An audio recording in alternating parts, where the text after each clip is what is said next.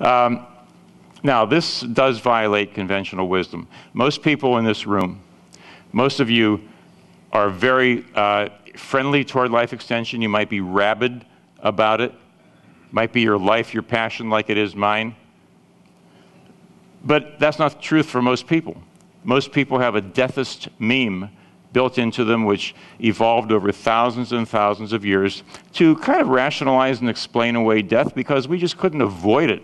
We could postpone it slightly, but we really didn't see any hope of avoiding it, and everybody wanted it. So we found ways to conveniently rationalize that it's good, that it's necessary.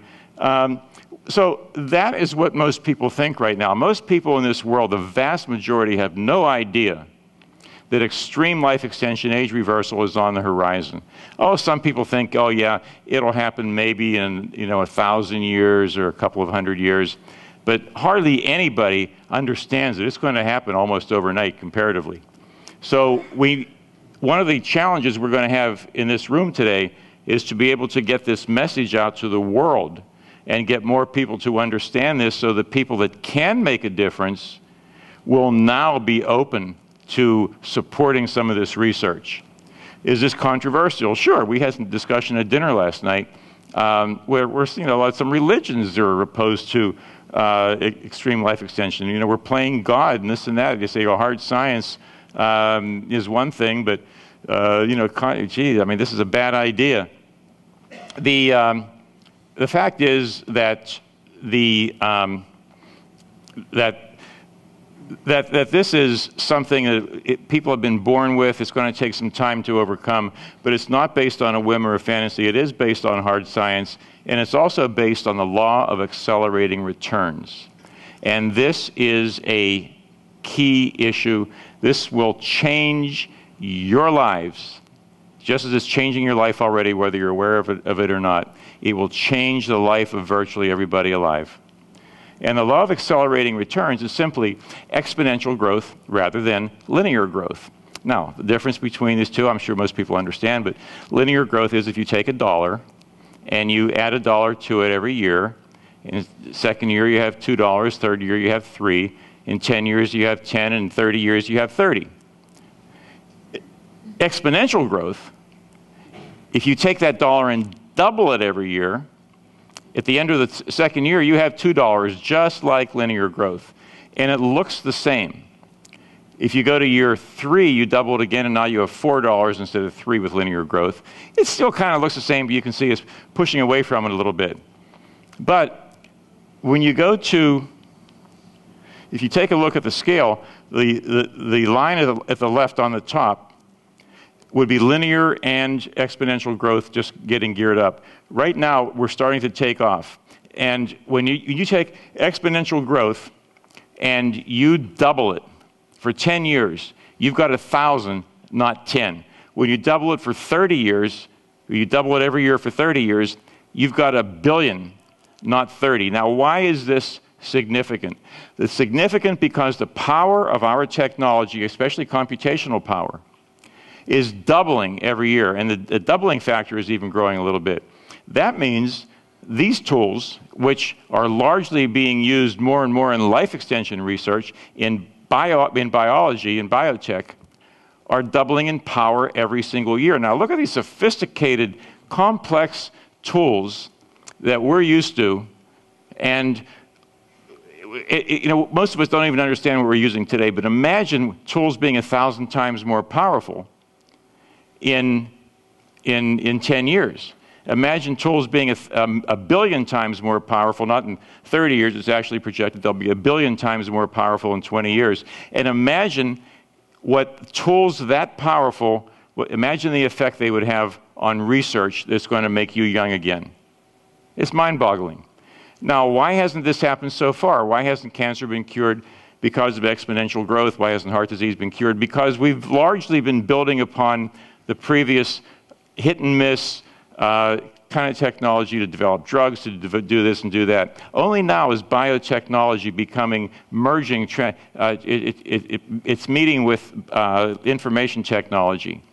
And only now are we going to start seeing an exponential growth in virtually not just aging, but in all the diseases that we we look at today as major problems. So how can this happen so fast? As I mentioned, computational power doubles every 12 months. Now, an example of this, if you look at the red, 14 years, it took 14 years to sequence the HIV virus. That was, that was probably 16, 17, I don't know, 18 years ago. Later, a couple of years ago, it took 31 days to sequence it. So you can see the difference in real time and in biology, because a lot of people say, well, that's not true in biology. It's only true, this is biology. And so it escapes our notice. We have an intuitive linear perspective of the world.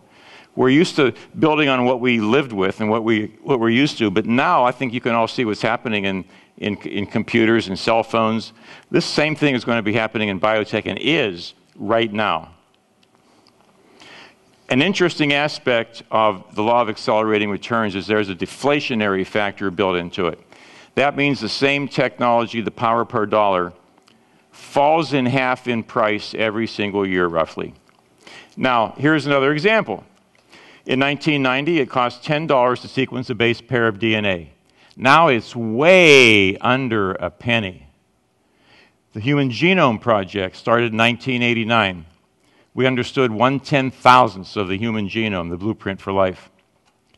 And we started an ambitious $3 billion project to unwind the mysteries or lay out the blueprint of human life.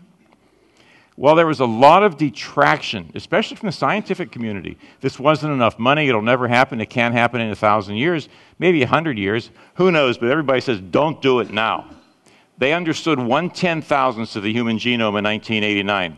7 years later, after about $1.5 billion was spent, they understood about 1%. Oh, hey, look, we told you so. You only got there, you're 1% of the way there, and you already went through 7 years, but the scientists knew, they understood the law of accelerating returns. They understood exponential growth. They knew that going from 1/10,000th of the solution to 1% of the solution was a 100 times fold in their progress. So they knew if they're at 1%, they take that times 100 over the next 7 years, they should be right on target, hit 100%. Well, that's exactly what happened. In fact, it happened sooner than expected. It happened in about almost a year sooner. So this is why we can solve aging soon. We can solve it inexpensively in spite of the fact that we haven't cured cancer, heart disease, and so forth so far. Now, I mentioned the rapid convergence of biotechnology and information technology, and then we add nanotechnology. We identified this at our first conference, the convergence among these three technologies.